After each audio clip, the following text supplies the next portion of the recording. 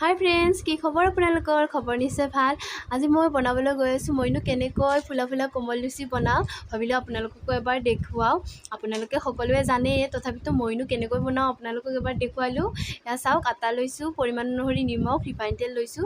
এতিয়া এইখিনি আমি অলপ পানীৰে আমি এইখিনি মুঠি ল'ম। এয়া চাওক, মই মুঠি আছোঁ। এয়া মুঠা হৈ গৈছে। এতিয়া অলপ ইয়াত ৰিফাইন তেল সানি দিম। সানি অলপ টাইমৰ কাৰণে ঢাকি ৰাখিলে অলপ কোমল হয় আৰু লুচিখন ভাজিলে আমাৰ ফুলি আহে আৰু খাবলৈও কোমল হয়। এতিয়া আমাৰ হৈ গৈছে। এইখিনি আমি এতিয়া বেলি ল'ম। লুচি আমি বেলি ল'ম। এয়া চাওক, বেলি লৈছোঁ। এয়া আমাৰ বেলা হৈ গৈছে। এতিয়া কেৰাহী পাতি দিছোঁ, তাত ৰিফাইন তেল দিছোঁ। এতিয়া আমি লুচিখন দি দিছোঁ। এয়া চাওক কেনেকৈ ফুলি আহিছে লুচিখন।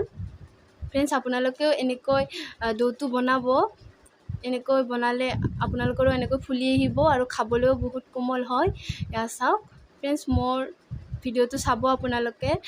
ভাল লাগিলে like, share, comment and subscribe কৰি দিব। এয়া চাওক কেনেকৈ ফুলি আহিছে। এয়া চাওক, আমাৰ হৈ গৈছে ফুলা ফুলা লুচি, কোমল লুচি। এয়া চাওক, মই অলপ আলু ভাজি, অলপ আচাৰ, পিঁয়াজ এনেকৈ আমি চাৰ্ভ কৰিছোঁ। আপোনালোকেও এনেকৈ খাব। Bye bye.